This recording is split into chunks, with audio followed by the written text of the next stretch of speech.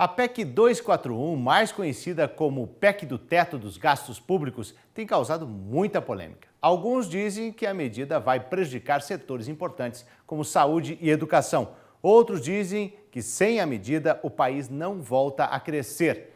Mas e para o setor agropecuário, o que muda? Para nos ajudar a responder essa questão, está aqui comigo o coordenador do Núcleo Econômico da CNA, Renato Conchon.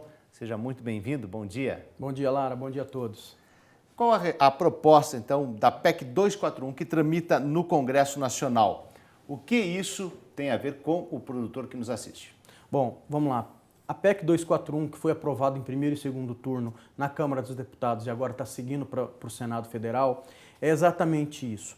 Ela é um limitador, uma lei que vai limitar, uma proposta de emenda constitucional que limita o crescimento dos gastos do governo em termos reais, ou seja, acima da inflação. Essa PEC tem uma duração de 20 anos, a proposta é de 20 anos, ou seja, nos próximos 20 anos o governo federal é proibido de ampliar os seus gastos em termos reais. E então, só que existe uma flexibilidade até depois do 11º ano. Ou seja, dos 10 primeiros anos ninguém vai conseguir mudar.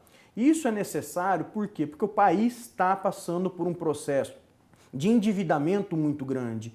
O Brasil, a partir de 2014, eu vou mostrar para vocês, a partir de 2014 ele não conseguiu criar poupança para pagamento das despesas básicas, com educação, com saúde, com saneamento, com segurança pública, com toda a parte de benefícios sociais, e a partir de 2014 começou a entrar no vermelho, como mostra o gráfico. Isso tende a se alongar, tende a crescer, que é o déficit primário, em 2016, chegando próximo a 3% do PIB. Isso é muita coisa, Marcelo. Então, essa PEC visa exatamente isso, limitar o crescimento desses gastos para que o governo consiga melhorar o perfil das despesas que ele tem todos os anos, todos os meses, com o pagamento de benefícios sociais, saúde e educação. Hoje o perfil dos gastos públicos está descalibrado, digamos assim, e qual o impacto disso na relação dívida pública com o PIB? Exatamente.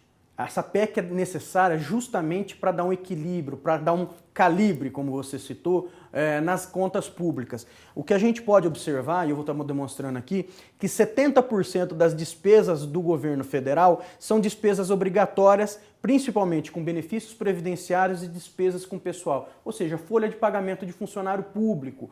Isso está muito grande, 71% é muita coisa dentro do orçamento. E a PEC, limitando esses gastos, ele vai fazer justamente isso, com que o orçamento do governo federal fique remodelado dentro de uma linha, a última linha, que seria a linha final. O orçamento público não pode crescer. Mas o governo não tá limitado de todos os gastos. O que ele pode fazer é pegar os gastos que estão, entre aspas, sobrando de uma rubrica, tal como um exemplo, na segurança pública, e pode aplicar na educação. Ele pode pegar um recurso da educação e colocar na saúde. Então, dentro do orçamento, ele tem essa flexibilidade. O que ele não pode fazer crescer é a última linha, é o gasto total do governo federal.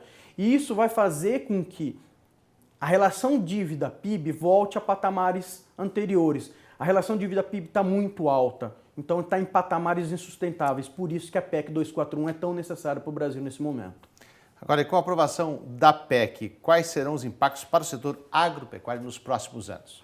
Bom, aí nós vamos ter um pouco mais de trabalho. A CNA, o Senar e todas as instituições que trabalham com vistas ao produtor rural, nós vamos ter mais trabalho no próximo ano, justamente porque, como eu falei, existe uma limitação do teto dos gastos. Mas o que corre o risco, o que a gente tem que trabalhar para que não ocorra, é que o governo federal trabalhe para reduzir os investimentos em recursos tal como Programa de Subvenção do Seguro Rural,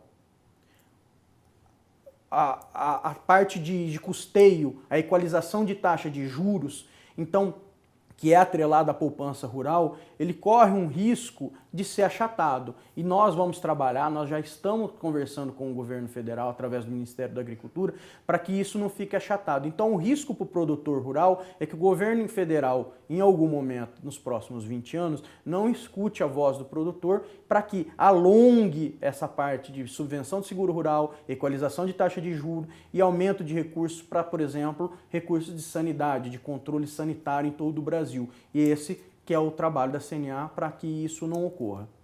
Coordenador do Núcleo Econômico da CNA, Renato Conchon, muito obrigado pela participação, bom dia. Obrigado, Marcelo, obrigado a todos.